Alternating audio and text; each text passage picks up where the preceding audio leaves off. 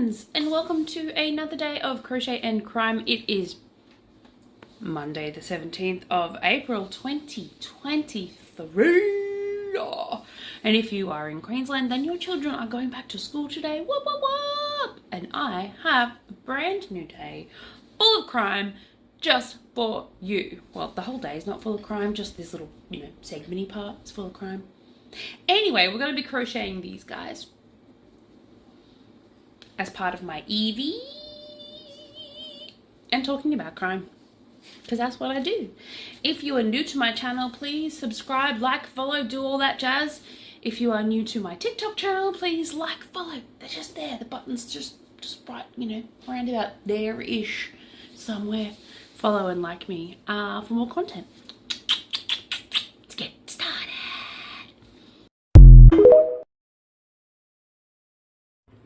Hello friends, and welcome to another day of Crochet and Crime. As you can see by all of this sea of pink, I am still working on Evie. So these are the little border things that I was working on yesterday with Evie. I have 4 of these to go, and then they will attach to the main body of Evie via, I don't know yet, whatever stitch I feel like, I suppose.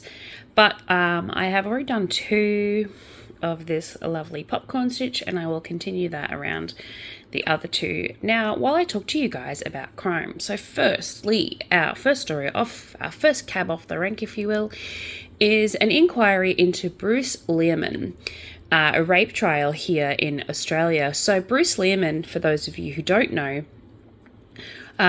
was a parliamentary figure who has been accused of raping a colleague of his, so a parliamentary colleague of his. So if you are sensitive to this kind of content, please just fast forward this bit. Otherwise, hang in there with me. I promise you not all of my content is doom and gloom. Well, actually, all of my content is doom and gloom because it's crime, but it's not all,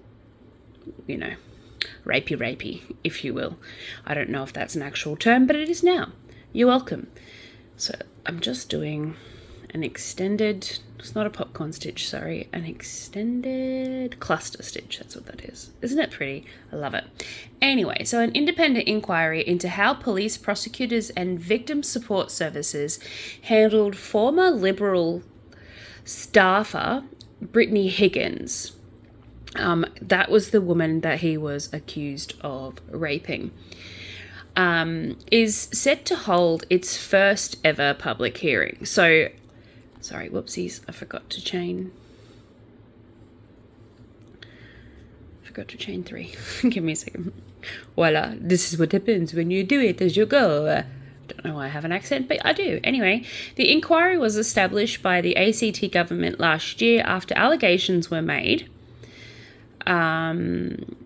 by the direct public prosecutors, so the DPP, and the police force about each other's conduct during the high-profile case. So in Australia, it was a high-profile case. If you're not an Australian, then you probably have no idea what I'm talking about, and hence the reason why I gave you a little bit of a down low before we got started.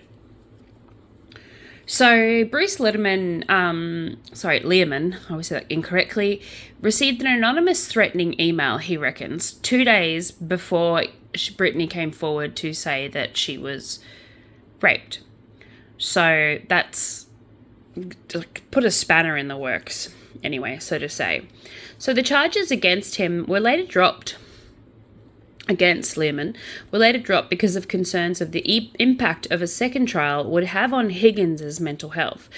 So it wasn't that he was found not guilty, it was that she could no longer handle the pressure and the public media and all of that jazz regarding her rape, which is fair enough. Like, I would totally 100% be over it as well, especially if I was treated the way that she has been treated. So Lehrmann denies that the allegations that he raped Higgins in Parliament in 2019, after the charges were dropped, it emerged that the ACT DPP Shane Drungold had raised concerns about the political and police conduct during the case. So his concerns are that she dropped the case because they dropped the ball, kind of thing. which I think is a sort of fair statement to make if you were in Australia at the time. It was a big rigmarole. It happened around about the same time as the beginning of the hashtag Me Too movement, and so it was thrown in with all of that stuff, and then, if you throw shit, eventually it lands somewhere, doesn't it? But the police union hit back with allegations that accused Dungold's office of compromising Learmonth's trial. So the Territory government established the inquiry to ensure that ACT, so is a state here in Australia, criminal matters were prosecuted in a way that was robust, fair and respectful to the rights of those involved. So former Queensland Solicitor General Walter Scornoff was appointed the head of the inquiry, which will report back to the ACT government by June 30th.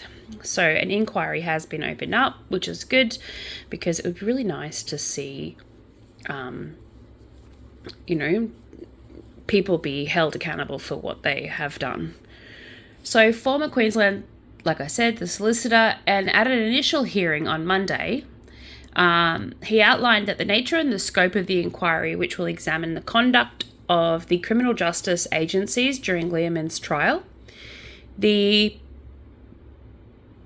inquiry is expected to examine the interactions between the prosecutors and the ACT police regarding the charges against Learmonth, as well as decisions to go ahead with the first trial and not proceed with a retrial, which is interesting. They'll also look how the ACT Victims and Criminal Commissioner, a support service for people who have experienced crime in the Territory, assisted Higgins. So they actually are looking at what went down, how it went down, and making sure that there was no misconduct anywhere. So that is really, really good, and I'm really glad to hear that. So like I said, I don't know if he did rape her. I don't know what happened. Obviously, the charges have been dropped. The trial has been dropped, and so we have to presume he's innocent. 1, 2, 3, 4, 5, 6, 7, 8, 9, 10, 11. Excellent. So yay, once again, people are presumed innocent until proven guilty. And if you've been watching any of my other videos, I think that's a crock. And I think that if you are... Anyway, I won't go on and on and on about it. But just go watch one of my other videos about it. You'll see. You'll see what I think. This next story is about scams, one of my favourite things to talk about. So Australia loses lots and lots of money every year to scams. I even have a whole Fraud Friday dedicated just to talking about scams. But today I just want to talk about the 3.1 billion with a B. That's right, not million, billion. So if you have any idea how much money that is, it's a ridiculous amount of money. Has been lost, paid out to scams in Australia. So how ridiculous is that? So let me just go on a little bit about that. So more than $3.1 billion was lost to scammers in Australia last year, with criminals resorting to alarming tactics. The consumer watchdog said that they are looking into it. Good job. I hope they do figure it out. The record was that there was about 80% increase of total losses in 2021, and one of the key findings of the Australian Competition and Consumer Commission, or the ACCC, released today, Monday. Investment scams led to the biggest financial loss, with a combined loss of $1.5 billion. So, like I said, that's a lot of money. Oopsie daisies. I'm go in there. And then followed by the remote access scam accounting for $229 million in loss, and payment redirection scams. So they're your, we accidentally overpaid you scams. $224 million loss. The targeting scams report found that based on the data from the report of the ACCC Scam Watch, RoboCyber, and Australian Financial Crime Exchange, and other government agencies, Scamwatch received 239,237 scam reports last year. That's a 16.5% drop on the number of reports received in 2021. So I don't know whether that means that there's been less scams or people just aren't reporting them as much. So for those of you who don't know, and for those of you who don't live in Australia, we have a scam watch over here where you can report scams. So you report them, they go onto a website, and so other people, when they're looking up, is this a scam, they can look up, whether something is a scam or not, and it provides them with the information and, how to be wary and all of that stuff. But, so they're saying that there was a decrease in the number of reports that were given, but financial losses reported to Scamwatch last year was more than 569 million, a 76% increase compared to the losses reports in the previous year. So despite fewer reports, there seems to be an increase in loss of money, with the average person losing about $20,000 to these scammers.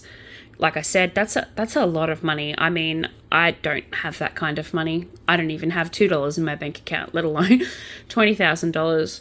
So, I feel really, really sorry for the people, for the average Joe who's being swindled out of their money. Australia's lost more money to scams than ever before in 2022. But the true cost of the scams is much like the dollar figure. They also cause emotional distress to the victims, their families, and the businesses. As scammers become increasingly sophisticated in their tactics, it's clear a coordinated response across the government, law enforcement, and private sectors is essential to catching these scammers and becoming more effective.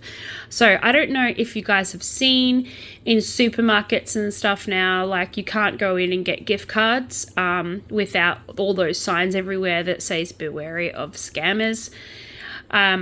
People should be wary of love scams. I love you, baby. Come be my friend, baby. You're so beautiful. Give me gifts. Should be wary of those ones. Should be wary of the cold call phone call that says the Australian police are after you and that they're going to get you.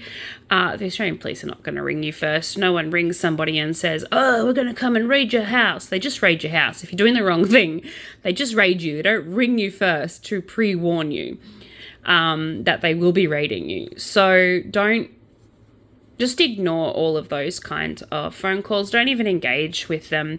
Hang up straight away. Try not to answer your phone with your name. Try not to answer any of those robocalls that make you say, yes, no. Never give out any of your bank information. All of this jazz is super, super important to stopping thieves. And just assume everyone is a con artist. That's what I do. Assume everyone's a con artist trying to get money out of you. And then hopefully you'll never lose any money. Well, that's my theory. I mean, you can't also get money from someone who doesn't have any. So good luck with that. I can't even pay my phone bill. So the ACC warns scammers were deploying alarming new tactics which made their crimes harder to detect. So this includes scammers impersonating official phone numbers, which is what I was saying before, email addresses and websites with legitimate organizations. Now, a way to check an email if you would like to know, just a little hot tip, if you go down to the very bottom of the email, you should be able to see the copyright law information at the very bottom. If that copyright law information isn't for the year that you're in right now, probably a scam, because the government is very careful at making sure that all of their copyright stuff is down pat. Plus, I've never known of the government just cold emailing people. So just be wary. Just be super vigilant. There have been a number of explosion reports of losses of phishing scams in the last year, such as, hi, Mum, I'm stuck. Could you please send me some money? I need to catch a bus home, blah, blah, blah, blah, blah, that kind of stuff. So when you do get text messages like that, just try and contact your child a different way and make sure that it is actually them who need you, and don't send anybody money, because that people lost $24.6 million last year to just that scam alone. So, that's where they'd get me, I reckon. Mom, I need help.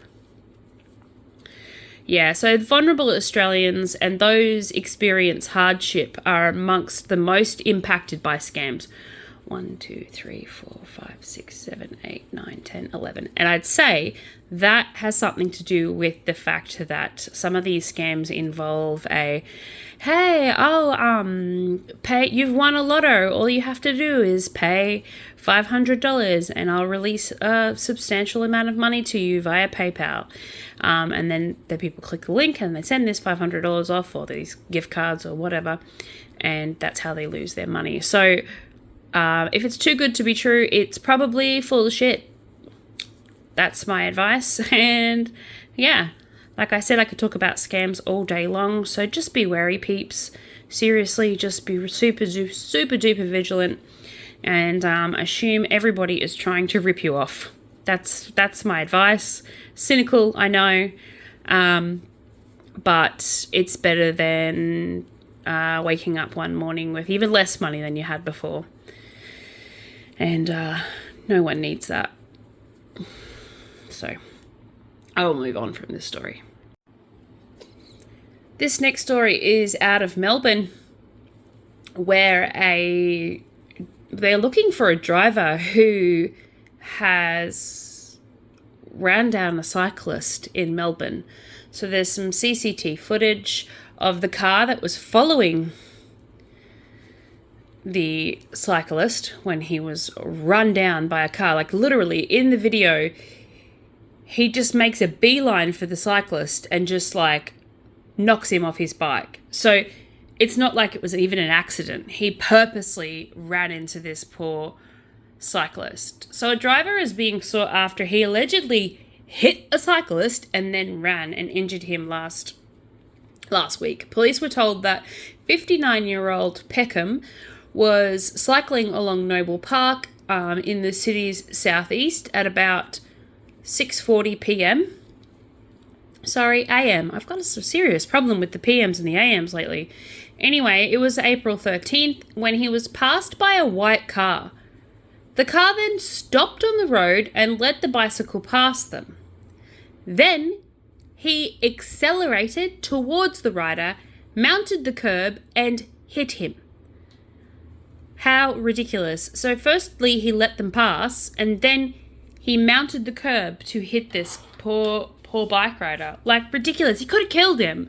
I mean, he didn't. He just injured him. He wasn't hitting him at full force, but just injured. It's absolutely petrifying. How petrifying. All right, that one is done. That's 3 now. Move on to the next one.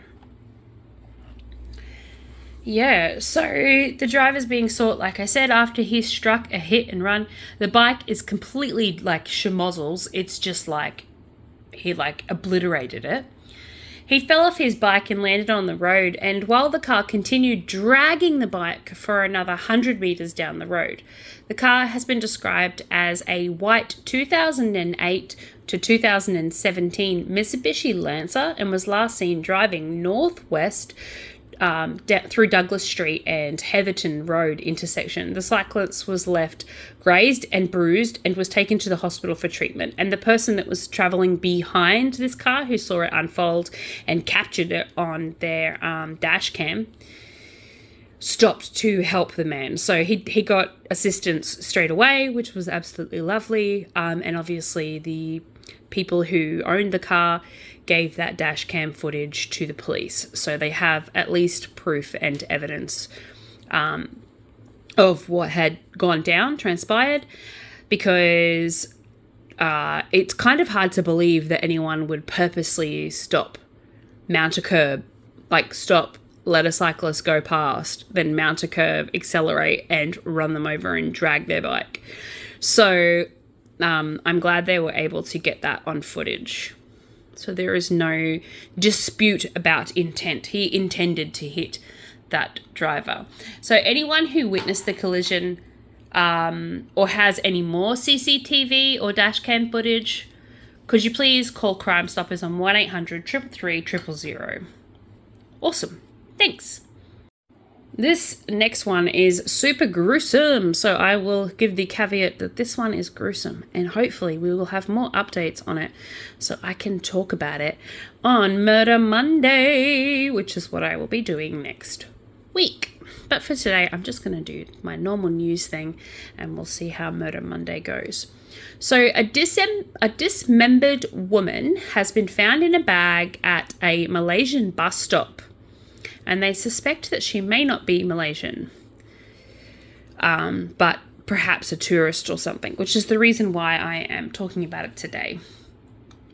So police in Malaysia say they're investigating the death of a woman believed to be a foreigner. So they believe that she is a foreigner. I think they believe that because she is Caucasian, whose decomposing body was discovered in a travel bag at an abandoned bus station, which is the reason why she was decomposing.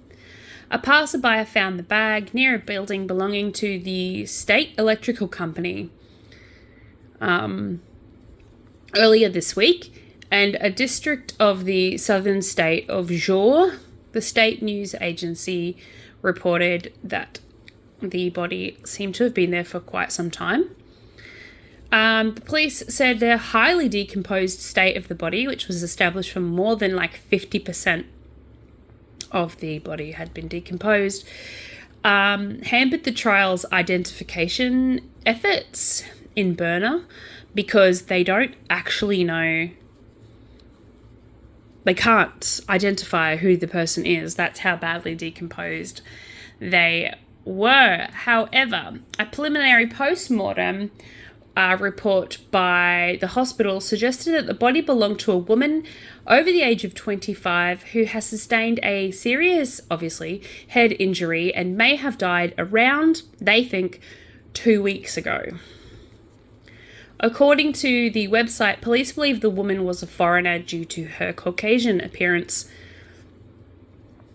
And the news website saying there was a lack of vaccination scar on her arm. So this is implying that she is not Malaysian, as they all carry the same scar from vaccinations. I think that's where they were going with that. So all Malaysian children are given a BCG vaccination to prevent tuberculosis, and the needle is humongous, so it leaves a scar. So police say that due to that and her Caucasian appearance, they don't believe that she is Malaysian. Their investigation is ongoing and they appeal to local residents for more information. Good luck with that. No one's going to be talking about anything. But hopefully I will have more news about that going forward throughout the next couple of weeks. But at the moment, that's it. They just found, decomposing body parts in a bus station. They believe that she's a foreigner, and hopefully we'll have some more information about that as the weeks progress. 5 arrests have been made in Sydney after a shooting, which, is super, super rare here in Australia. But I was talking about this the other day. There was a drive-by shooting. 2, 3, 4, 5, 6, 7, 8, 9, 10, 11 in Sydney. So 5 people have been arrested after reports of gunshots in Sydney's north-southwest. Police were called to the Charles Street in Liverpool shortly after 2 a.m. after reports of shots being heard. They surrounded a block of units and called specialist officers, including negotiators. A woman was arrested at about 2:15 a.m. When she left the building. The operation ended at about 5:40 a.m. when 2 other women and 2 men were arrested. There have been no reports of injury. So this is not the drive-by shooting that I thought it was. It's a different one.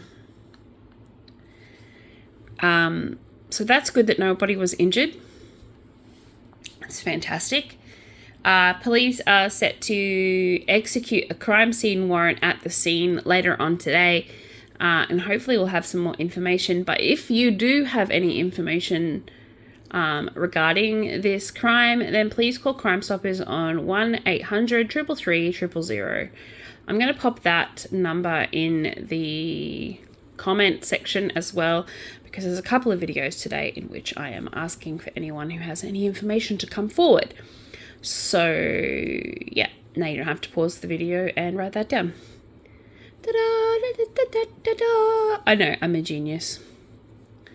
I mean, the likelihood of, like, you know, any one of the 38 people who watch this video having any information is probably minimal, but, you know, you got to be in it to win it, or something like that, some sort of jazz.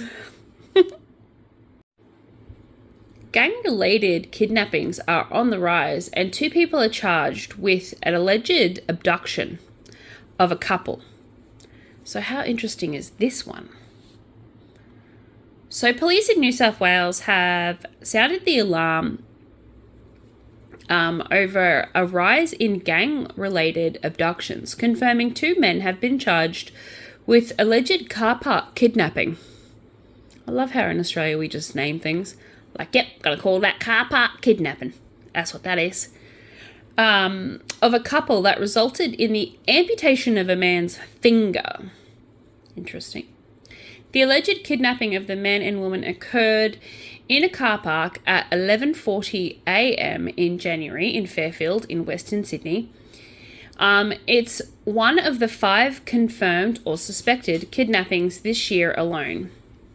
So, considering that it's only April, 5 kidnappings, what's that?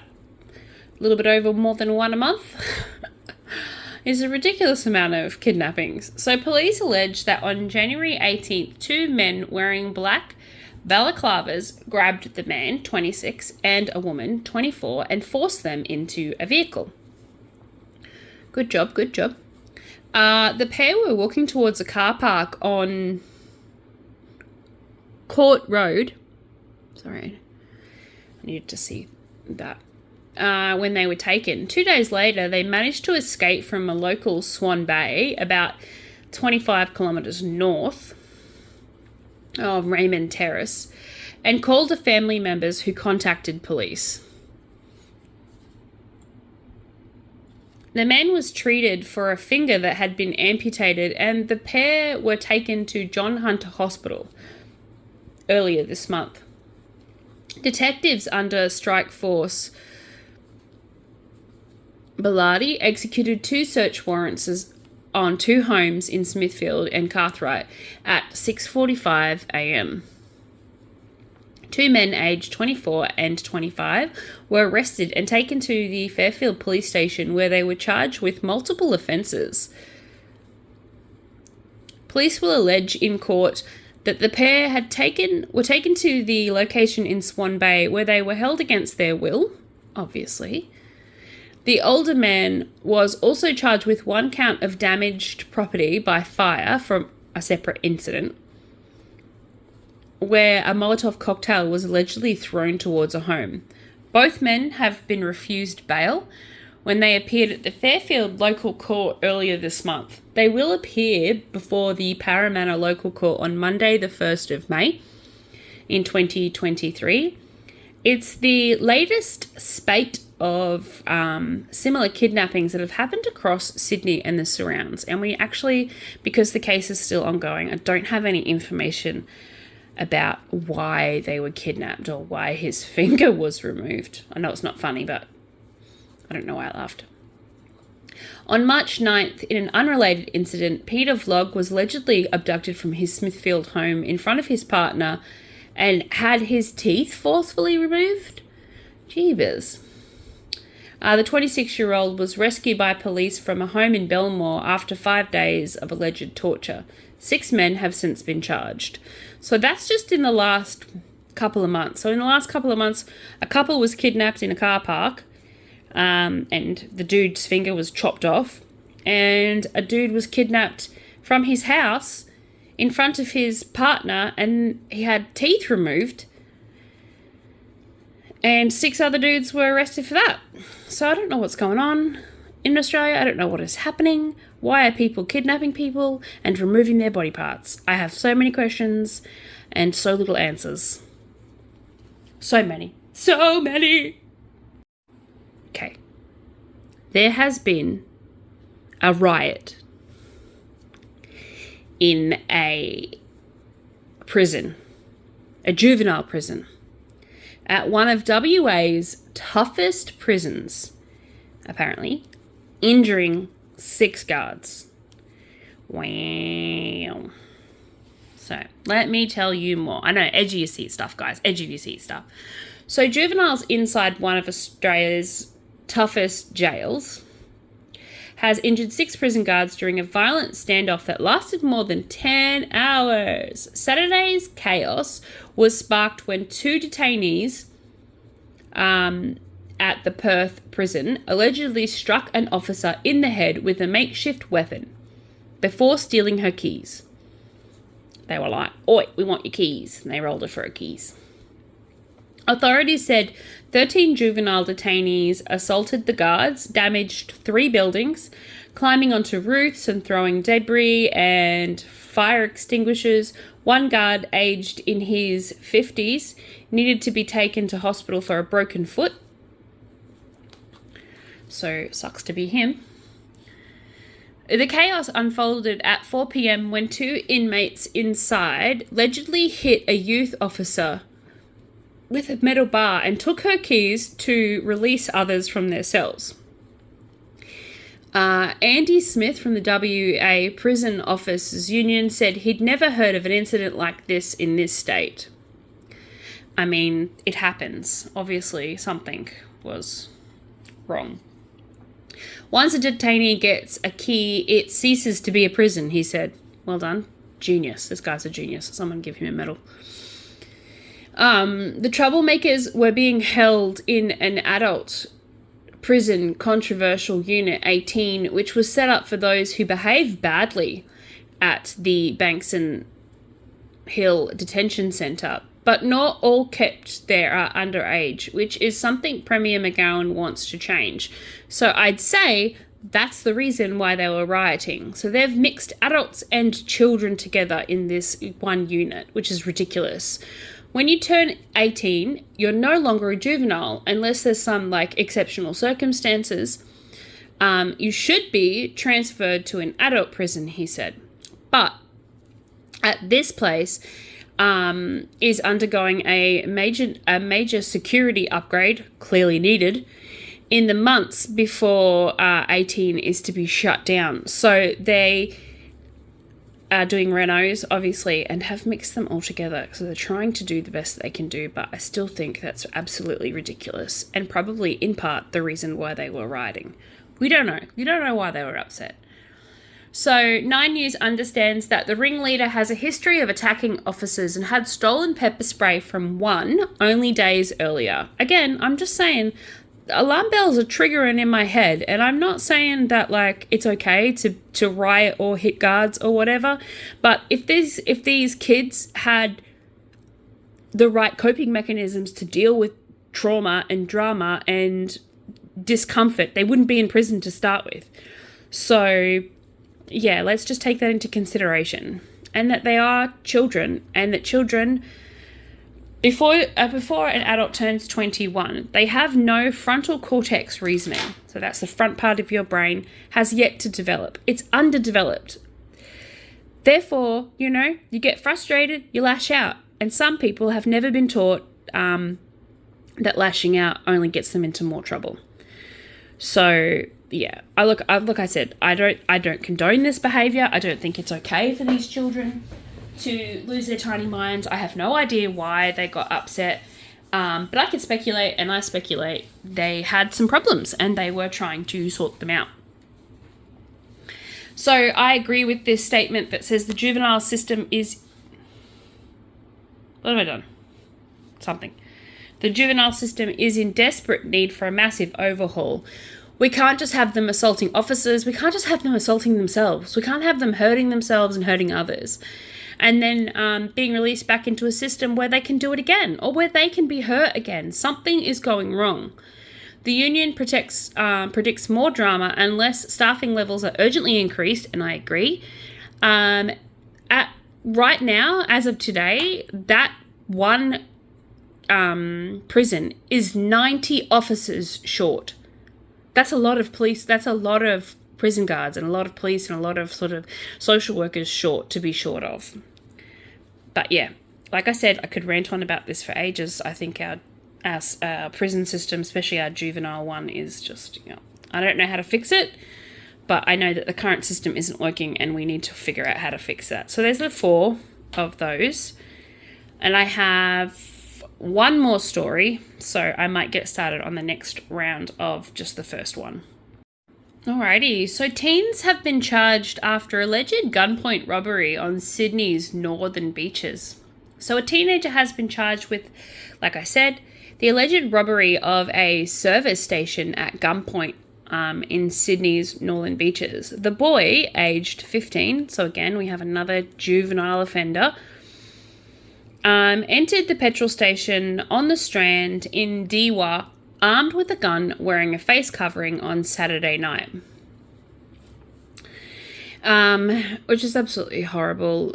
So he took off with cash, obviously, and the nearby suburb of Cooma was in lockdown on Sunday night after the boy allegedly evaded police during their attempts to arrest him. So they tried to arrest him and he was like, I'm not having any of it.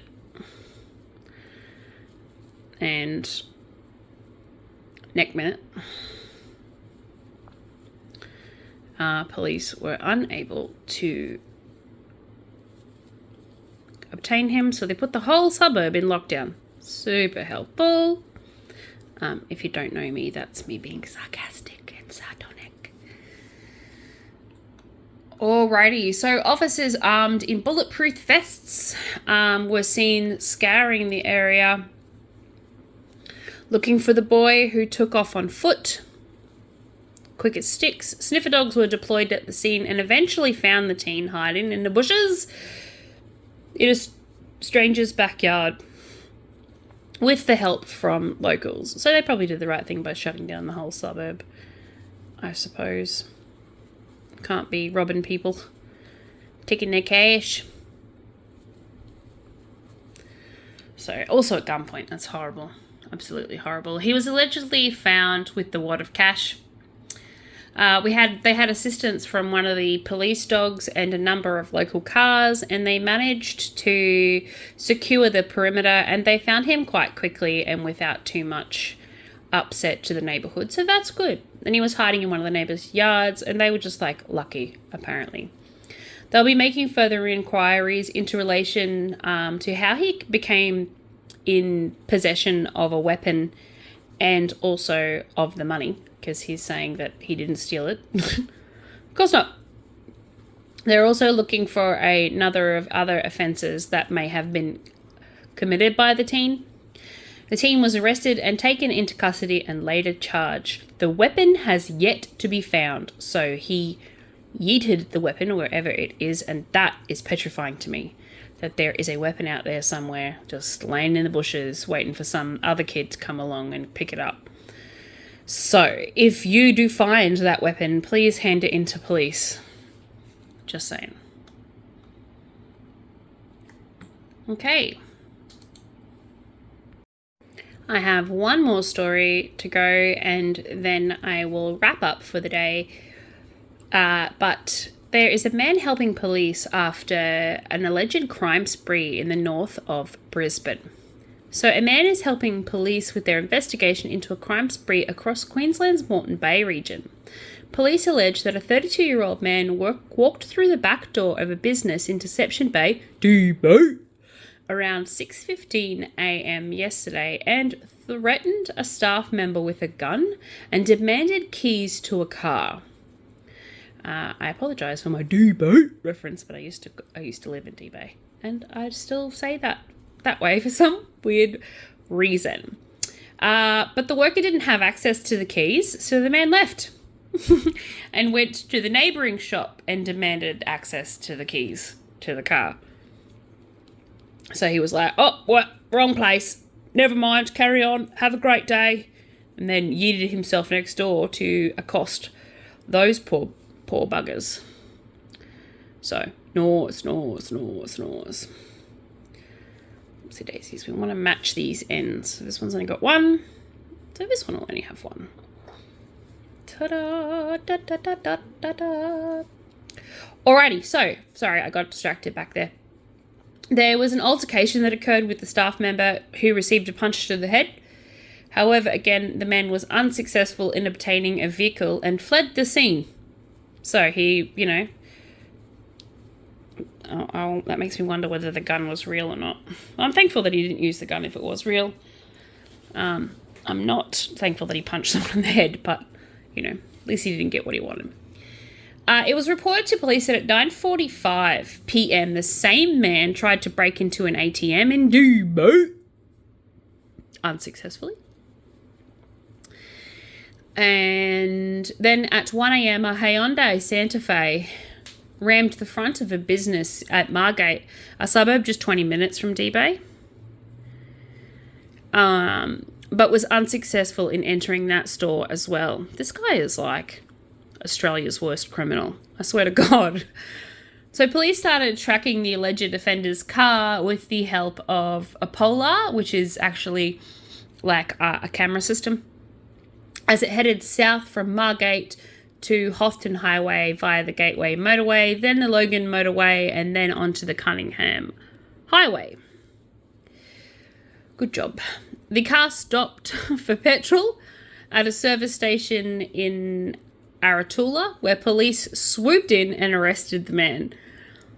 Good job. The 32-year-old was taken to the Princess Alexandra Hospital, where he remains under police guard after suffering a medical episode. So after this entire day of failed attempts at robbery, he was finally caught and... Whoopsie daisies. Hold on. He was finally caught, and then he had some sort of, medical breakdown. I'm sorry to laugh, but like I said, this is probably Queensland's worst criminal. Just absolutely horrible. Dude, go back to bed. You failed today. Go back to bed. Alrighty. I'd like to thank you guys so much for watching my channel, and I thank you for your patronage, and I hope to see you tomorrow. If you could like and subscribe if you haven't yet already, or share this to your other peeps who love crochet, or other peeps who love crime, or, the unicorns like myself who love both crochet and crime. Share to those people, because you guys are my audience and I love you. Mwah, mwah, mwah. Thank you very much for your time today, and I will see you tomorrow. Bye.